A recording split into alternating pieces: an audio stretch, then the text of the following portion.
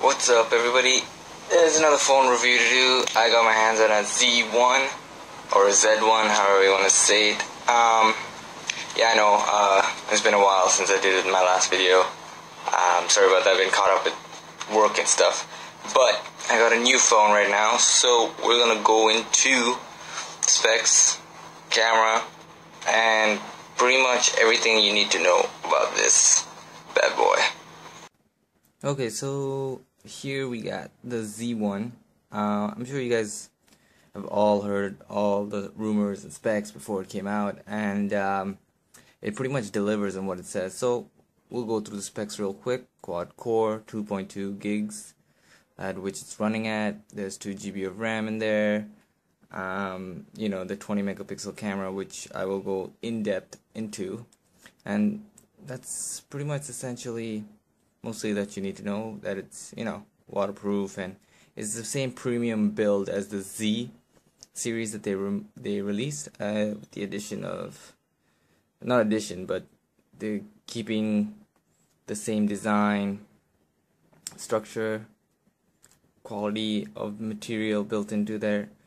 The improvements obviously being the camera and these triluminous screen. So for the 5-inch phone, the first question that everybody asks, how does it fit in the hand? I have to say it's pretty much perfect. Being I think 5 inches rather than 5.5 or 5.6, ideally gives you the perfect length and width for at least my hand, because people's hand sizes are different. So for me, it lands perfectly where my thumb and the power button is. Essentially, that's why Sony probably put it right there. The color on the screen is, I guess you can say, it can rival the AMOLEDs on the Samsungs. The sunlight visibility is far better. That's because it's, I guess, IPS or not AMOLED. It does have the Gorilla Glass on there. The few issues, I guess, with this, from just design flaws, just the fingerprint magnet, but that's not a huge, that's not a deal breaker. You just gotta clean it a lot. I tried my best to do it before the video, but you can still see, still there. Yeah, other than that, it's premium feel all the way through. Pretty much guaranteed that. Waterproof, though I'm not gonna test that out anytime soon. And we're gonna go right into that. Yeah. Alright, so a quick run through of what the phone looks like. Key differences within apps and messaging and phone. So we'll just do that quickly. So the album, it's a little different design than usual. I like the way that the animations are put into play, and you can swap stuff around, zoom in, zoom out, the whole deal, by just swiping side to side. Then I also like the fact that it's divided by the not only year but the month. So like say January to February, and then year May 2013, and it's just nicely done. I just like the whole intuitive part of the gallery. We'll go into Walkman. Sony's known for Walkmans, because they've been doing it since way back. Pretty standard stuff, nothing too exciting here. Separated by albums. Pretty much standard music player.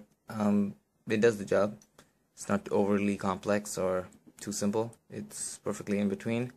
Messaging, I think you've pretty much seen that. It's simple, straightforward stuff. Phone is the, I guess, HTC-ish kind of look. I don't know, that's just maybe my opinion of it, but yeah, that's pretty much essentially everything. Oh, and the movie player. I like the fact that it has this preview of your videos over the collection of, which you want to watch and buy or rent or whatever in the store. Sony has a selection of their own apps built in, as like every other company, like Samsung apps, and they have theirs in here too. So like stuff like Xperia Privilege, X Video, Alert for Xperia. They have like selected Sony apps specific for the Xperia line.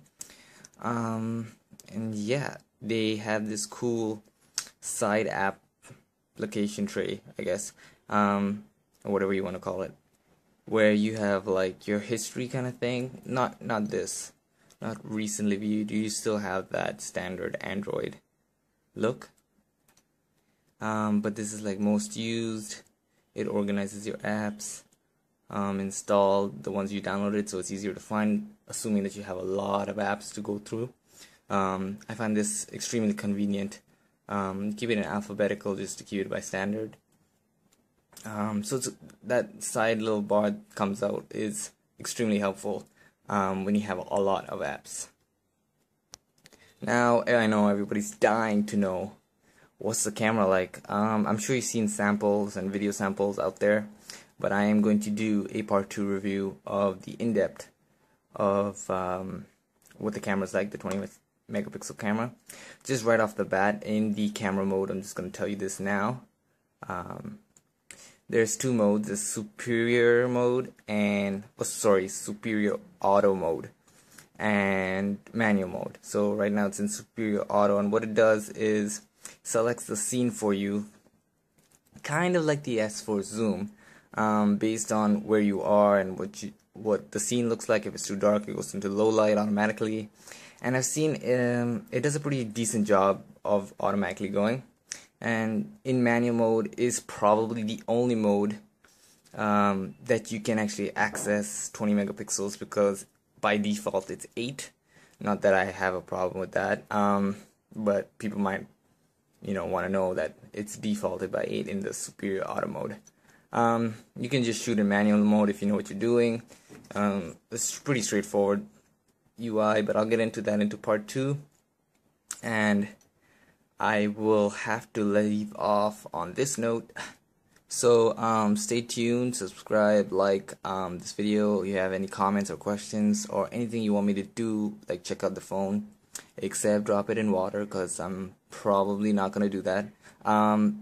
Yeah, if you have any questions, any picture related, camera inquiries, UI inquiries, just comment below, subscribe, like as usual, and stay tuned for the part 2 with the in-depth camera review.